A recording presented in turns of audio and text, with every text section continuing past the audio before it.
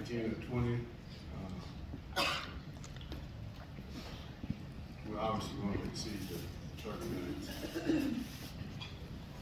Mr. Chairman, members of the Fulton County Board of Commission, my name is Cassandra Kirk. I stand before you not just as the Chief Magistrate Judge of Fulton County, but as a dedicated guardian of the community's democratic values and judicial integrity. I'm here to voice my opposition to Resolution 23-0967, a measure that transcends policy. It's a reflection of our commitment to the people we have sworn to serve. In 2013-2014, following a comprehensive 2012 task force study supported by the voters of Fulton County and government transparency groups alike, we embarked on a crucial transformation, transitioning the chief magistrate position from an appointed to elected. This change was more than procedural. It was an acknowledgement to our Fulton voters and an affirmation of our collective democratic principles, empowering Fulton citizens in the selection of those overseeing our court system's critical functions. I'm honored to have been elected and re-elected by the people of Fulton County, a clear testament to their trust in me and our judicial process.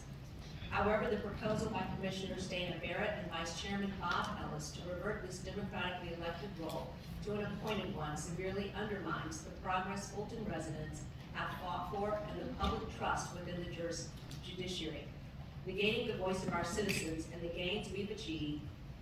There's a misleading argument in the resolution regarding the increased budgets and decreased case disposal since 2019. Let me present the facts. From January 1, 2019 to December 11, 2023, our court people have filed over 342,000 cases in our court. Our judges and staff have closed over 305,000 of those cases. That is an 89% closure rate. This efficiency is further highlighted after a recent meeting, particularly on Friday, with County Manager Anderson and COO Adams, where our judges submitted, reviewed, and impressively processed over 2,500 case closures from those cases identified as 2015 to 2018. At that meeting, we learned the number was 10,000. As of today, our judges have completed over 2,500 closure rates in less than 5 days. Commitment to justice and efficiently were lined by a statewide case clearance award that we received in 2020 for a 245% case closure rate for cases from 2017 to 2019. Our court's evaluation, conducted with the support of the National Center for State Courts Civil Justice Improvement Grant, assessed the number of cases on court calendars. This study focused not just on numbers, but on the quality of the process, ensuring parties had an opportunity to be heard. It is based on that measure that we set the number of cases per calendar. I also want to mention that I would never arbitrarily jeopardize court operations by cutting off immediately the provision of judicial services to Superior Court, as has been relayed.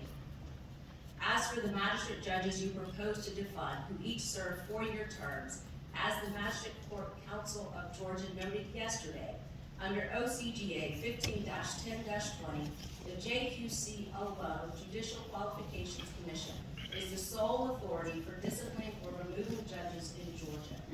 This separation of powers is critical for maintaining judicial integrity. Converting judicial officers to perform these functions requires legislative action, and in the meantime, work must be done by judges qualified to do that work. I strongly urge you all to urge the Superior Court to return to our posture of completing an MOU as we stood as of yesterday at 1:55 to best serve the Fulton County citizens and those while we wait in the legislative process.